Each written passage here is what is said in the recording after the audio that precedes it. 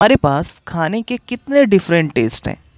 आप जितनी भी जगह जाएं, आपको वहाँ के लजीज व्यंजन का अनुभव मिलेगा। क्या आपने कभी गौर किया है कि ये पदार्थ अपने स्वाद में अलग क्यों हैं? कुछ खट्टे हैं तो कुछ का स्वाद कड़वा होता है। तो स्वाभाविक है कि आपका प्रश्न होगा कि सर, ये पदार्थ अपने पास ऐसा क्या रखते हैं जो इनका स्वाद खट्टा या कड़वा हमें अनुभव कराती है। साथियों, जब आप ऐसे प्रश्नों पर विचार करते हैं तो निश्चित तौर पर आप विज्ञान की खोज एसिड या बेस जानने को इच्छुक हैं। एसिड या हिंदी में कहें तो अम्ल लैटिन शब्द एसियर से लिया गया है, जिसका मतलब होता है खट्टा। अब आप ऐसे खानों को सोचें जो स्वाद में खट्टा हो।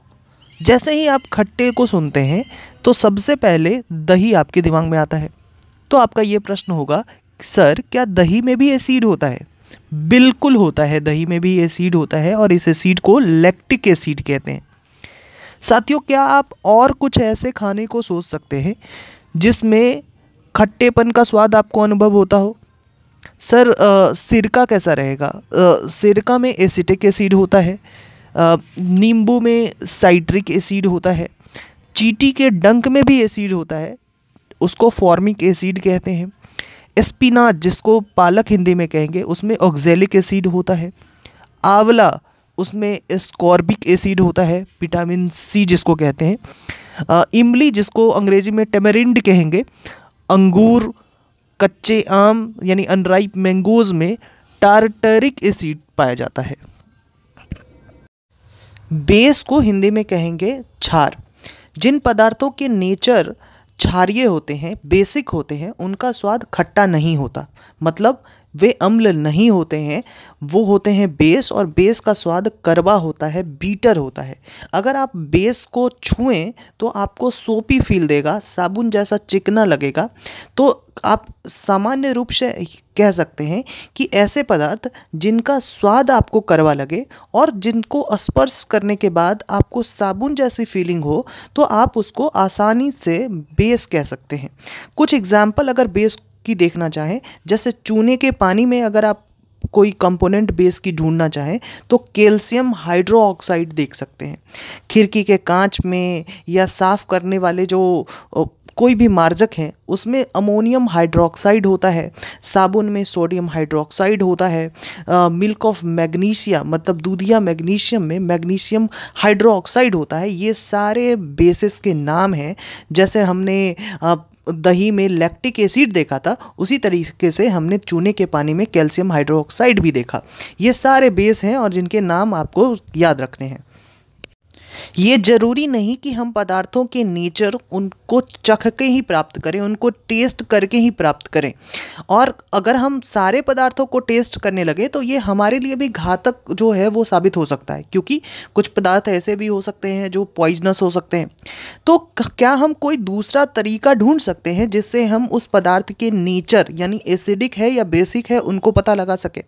तो बिना चखे अगर आप पता लगाने की विधि देखें तो जिस भी माध्यम से या जिस भी पदार्थ के हेल्प से अगर आपको दूसरे पदार्थ के नेचर के बारे में पता चलता है कि ये एसिड है या बेस है, तो हम उस पदार्थ को इंडिकेटर जो है पदार्थ कहेंगे या इंडिकेटर सब्सटेंस कहेंगे। क्यों? क्योंकि उसी की मदद से आपको एसिड या बेस की मदद होती है। जैसे जिसका अच्छा एग्जाम्पल है लिटमस पेपर, जिससे आपको पता चलता है, क्योंकि लिटमस पेपर अपना कलर चेंज कर लेता है, जिससे आपको पता चलता है कि कोई अमुक चीज़ एसिडिक है या बेसिक है। जैसे हल्दी भी जो है उससे भी पता चल सकता है कि एसिडिक है या बेसिक है। गुड़हल का जो फूल होता है जिसको चाइना रोज कहते हैं, उससे भी पता चलता है कि कोई सब्सटेंस एसिडिक है या बेसिक है। तो इन सारे तरीके से आपको ये पता चलता है कि कोई सब्सटेंस एसिडिक है या बेसिक है। इसको इंडिकेटर कहते हैं या पदार्थ सूचक हिंदी में कह सकते हैं। इन सारे नेचुरल इंडिकेटर्स में सबसे अधिक जिस नेचुरल इंडिकेटर्स का इस्तेमाल होता है एसिड या बेस के पहचान के लिए, उसमें आता है लिटमस पेपर। लिटमस जो है आप लाइकेन से प्राप्त करते हैं। और अगर लिटमस की कलर की बात करें तो आसुत जल यानी डिस्टिल्ड वाटर में इसका कलर जो होता है नीलोष्ण होता है, मतलब मौवे होता है यानी पर्पल होता है। लेकिन जैसे ही आप इसको एसिडिक सॉल्यूशन में डालते हैं तो वो पूरी एसिडिक सॉल्यूशन जो है को वो बदल देती है रेड में, यानी लिटमस जो है, जो पहले अलग कलर की थी, अब वो लिटमस जो हो जाती है रेड। और जब इसको आप बेसिक सॉल्यूशन में डालते हैं तो लिटमस हो जाती है ब्लू। लिटमस ने अपना कलर जैसे ही ब्लू में चेंज किया, आपको इस बात का एहसास हो जाता है कि अब ये जो सॉल्यूशन है जिसमें मैंने लिटमस को डाला है वो है बेसिक। ठीक है, लेकिन अगर आप कोई ऐसे सॉल्यूशन में लिटमस को डालें जिससे उसमें कोई भी कलर चेंज ना हो, मतलब ना तो वो रेड हो ना तो वो ब्लू हो, उस समय आप उस सॉल्यूशन को न्यूट्रल सॉल्यूशन कहेंगे। और आपको ये पता हो जाना चाहिए कि ऐसे सॉल्यूशन में वो ना तो एसिडिक नेचर शो कर रहा है ना बेसिक नेचर शो कर रहा है। तो ये भी एक तरीका है, लिटमस आपको बताता है कि कोई ऐसे भी सब्सटेंस हो सकते हैं जो ना तो एसिडिक है ना बेसिक है। एक और नेचुरल एसिड बेस इंडिकेटर की बात करें तो वो है टर्मरिक, हल्दी। हल्दी कैसे आपको बताता है कि कोई एसिड और बेस की नेचर आप तक पहुंचाता है? जब हल्दी किसी बेस से रिएक्ट करती है तो वो अपने कलर को चेंज करके बहुत डीप रेड हो जाती है, और इसी डीप रेड को जब आपको येलो में कन्वर्ट करना हो तो इसी डीप रेड के ऊपर आप क्या करें, एसिड गिरा दें। तो आपको ये पता चल रहा है कि हल्दी को जब आप एसिडिक सॉल्यूशन में डालेंगे तो हल्दी में कोई कलर में चेंज नहीं आएगा, लेकिन जैसे ही बेसिक सॉल्यूशन में अगर आप डालेंगे तो हल्दी जो है अपनी कलर को चेंज करके डीप रेड में चेंजेस हो जाएगी। और इसी डीप रेड को अगर वापस येलो में लाना है तो आपको क्या करना पड़ेगा, उस डीप रेड के ऊपर एसिड डालना पड़ेगा। ठीक है, हल्दी के, क्योंकि हल्दी होगी ये है डीप रेड। गुड़हल का फूल किस रूप में एसिड बेस इंडिकेटर के रूप में काम करता है? जैसे ही गुड़हल के फूल को आप अम्लीय विलयन यानी एसिडिक सॉल्यूशन में डालेंगे तो एसिडिक जो सॉल्यूशन है उसका कलर गहरा गुलाबी, जिसको मेजेंटा कलर कहते हैं, उसमें चेंज हो जाएगा। और गुड़हल का कलर जो है या पुष्प आप क्षारीय विलयन में डालेंगे तो वो क्षारीय विलयन को हरा कर देगी, मतलब बेसिक सॉल्यूशन जो हो जाएगा गुड़हल के फूल डालने से, वो बेसिक सॉल्यूशन जो कन्वर्ट हो जाएगा हरे में। तो इससे ये पता चलता है कि ये जो मेजेंटा कलर आपको दिया जा रहा है या जो ग्रीन कलर दिया जा रहा है जब आप एसिड से रिएक्ट कर रहे हैं या फिर जब आप बेस से रिएक्ट कर रहे हैं, तो ये सारे इंडिकेटर हैं जिससे ये पता चलता है कि कोई सब्सटेंस एसिडिक है या बेसिक। इसके अलावा एसिड बेस इंडिकेटर के रूप में अक्सर फिनेप्थेलीन का भी इस्तेमाल किया जाता है। फिनेप्थेलीन एक वीक एसिड है जिसका फॉर्मूला होता है C20H14O4।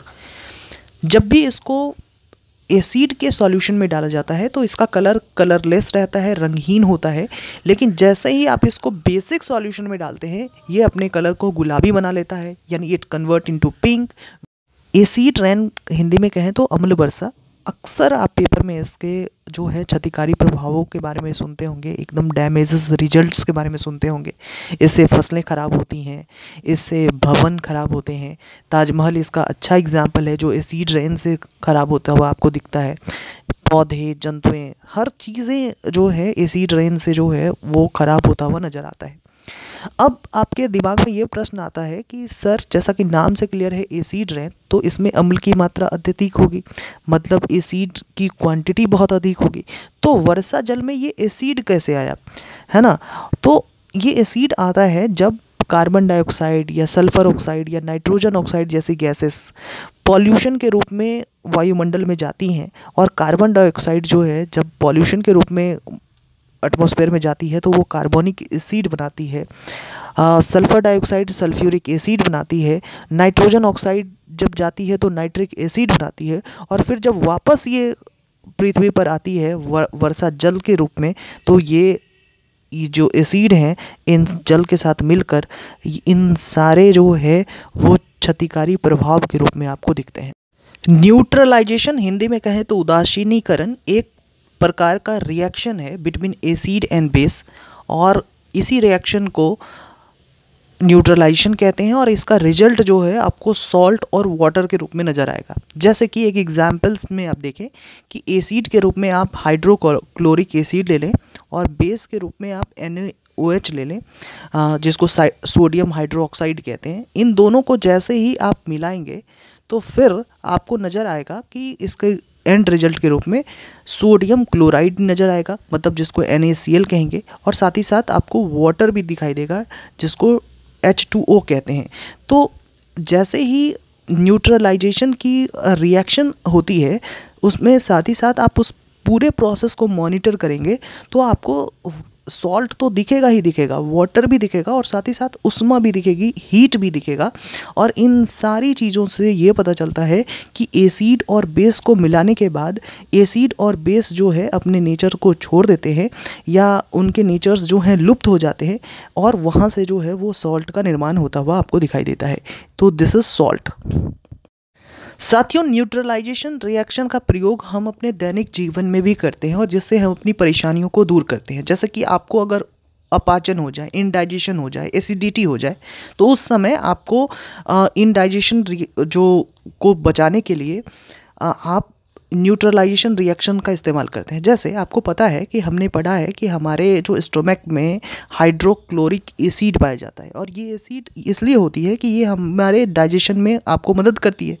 लेकिन जब इस एसिड की मात्रा अधिक होने लग जाए तो वो आपके लिए जो है वो कष्टदायी होता है। इसी को एसिडिटी कहते हैं। और इसी एसिडिटी से मुक्ति पाने के लिए, मतलब अत्यधिक अम्ल के प्रभाव को आप उदासीन करना चाहते हैं, न्यूट्रलाइज करना चाहते हैं उसके इफ़ेक्ट को, तो आपको क्या करना पड़ेगा कि कुछ बेसिक सॉल्यूशन डालने पड़ेंगे।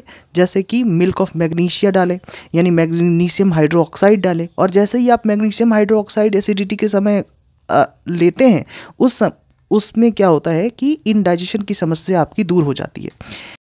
ऐसा हो कि आपको किसी चींटी ने काट लिया तो एंट बाइट के कारण जो है वो आपके शरीर में वो उसने फॉर्मिक एसिड इंजेक्ट कर लिया। तो फॉर्मिक एसिड के इस प्रभाव से बचने के लिए आपको कुछ बेसिक मटेरियल आपको मिलाना होगा।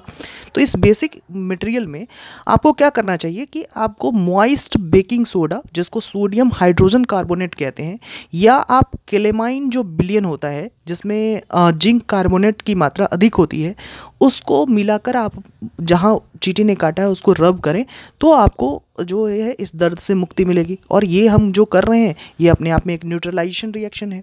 जब आप अपने खेतों में अधिक केमिकल फर्टिलाइजर्स का इस्तेमाल करेंगे तो आपकी जो खेतों की सॉइल है वो अधिक अम्लीय हो जाएगी, एसिडिक नेचर की हो जाएगी। और आपको पता है कि अगर सॉइल का नेचर एसिडिक हो या अधिक बेसिक हो, इन सारे कंडीशंस जो है वो फिट नहीं होते आपके यहाँ सही तरीके से पौधे या क्रॉप के ग्रो के लिए। तो आपको क्या करना पड़ेगा कि सॉइल की इस एसिडिक या बेसिक कैरेक्टर को कम करना पड़ेगा, नेचर को कम करना पड़ेगा। अगर आपकी सॉइल बहुत एसिडिक है तो उसकी नेचर को कम करने के लिए आप जो है वो कैल्शियम ऑक्साइड का इस्तेमाल कर सकते हैं, ठीक है, या कैल्शियम हाइड्रोक्साइड का इस्तेमाल कर सकते हैं। कैल्शियम ऑक्साइड को जो है वो आप कहते हैं क्विक लाइम, ठीक है, और कैल्शियम हाइड्रोक्साइड के लिए जो शब्द इस्तेमाल होता है उसको कहते हैं स्लेक्ट लाइम। उसका इस्तेमाल करके आप अपने सॉइल की जो एसिडिक नेचर है उसको कम कर सकते हैं। लेकिन अगर आपकी सॉइल की नेचर बेसिक है, उसके उपचार के लिए क्या करें? तो उसके उपचार के लिए आप जो ऑर्गेनिक मैटर है, जो जैव पदार्थ हैं, जैसे कंपोस्ट खाद है, उसको अपने सॉइल पे छिड़कें। और इसको छिड़कने से होगा क्या कि ये सारे जितने सारे कंपोस्ट खाद अपने सॉइल पे छिड़केंगे, वो कंपोस्ट खाद जो है वो अम्ल जो है वो निकालती है, यानी एसिड जो है वो रिलीज़ करती हैं। और इनसे क्या होता है कि सॉइल के जो बेसिक नेचर है उनको दबाया जाता है, उनको न्यूट्रलाइज किया जाता है, उनको उदासीन किया जाता है और सॉइल अपने आप में जो बेसिक नेचर है उसको छोड़ देती है, यानी उदासीन हो जाती है, न्यूट्रलाइज हो जाती है, जो आपके फसल या पौधों के जो उगने के लिए जो है अनुकूल वातावरण, अनुकूल इकोसिस्टम प्रदान करता है। कारखानाओं का अगर आप अपशिष्ट पदार्थों की बात करेंगे तो कारखानाओं से बहुत सारे कचरे निकलते हैं और इन कचरों में एसिड की मात्रा अधिक होती है, ठीक है। अगर आप इस कचरे के ड्रेनेज को सीधे सीधे आप रिवर में छोड़ दें तो पता है आपको कि जितने जलाशय हैं, जो नदी हैं, उसमें रहने वाले जो एक्वेटिक लाइफ हैं, जैसे मछली है और सारे चीज़ों के जीवन पे आप एक लंबा खतरा जो है वो छोड़ रहे हैं। तो आपको क्या करना पड़ेगा कि इन सारे जो कचरे हैं उनको ट्रीट करके फिर नदियों में छोड़ा जाए। तो ट्रीट कैसे करें, क्योंकि ये कचरे में तो अम्लीय पदार्थ के जो है नेचर हैं, तो इसके ट्रीट करने के लिए इनमें कुछ बेसिक मटेरियल मिलाए जाते हैं और उसके बाद फिर ड्रेनेज को छोड़ा जाता है, क्योंकि इनके नेचर अम्लीय हैं और इस अम्लीय नेचर यानी एसिडिक नेचर को कम करने के लिए बेस को जोड़ा जाता है। और साथ ही साथ जो है इससे क्या होता है, इसकी एसिडिक नेचर कम होती है और इससे कम नुकसान होता है जो एक्वेटिक लाइफ है उसको। तो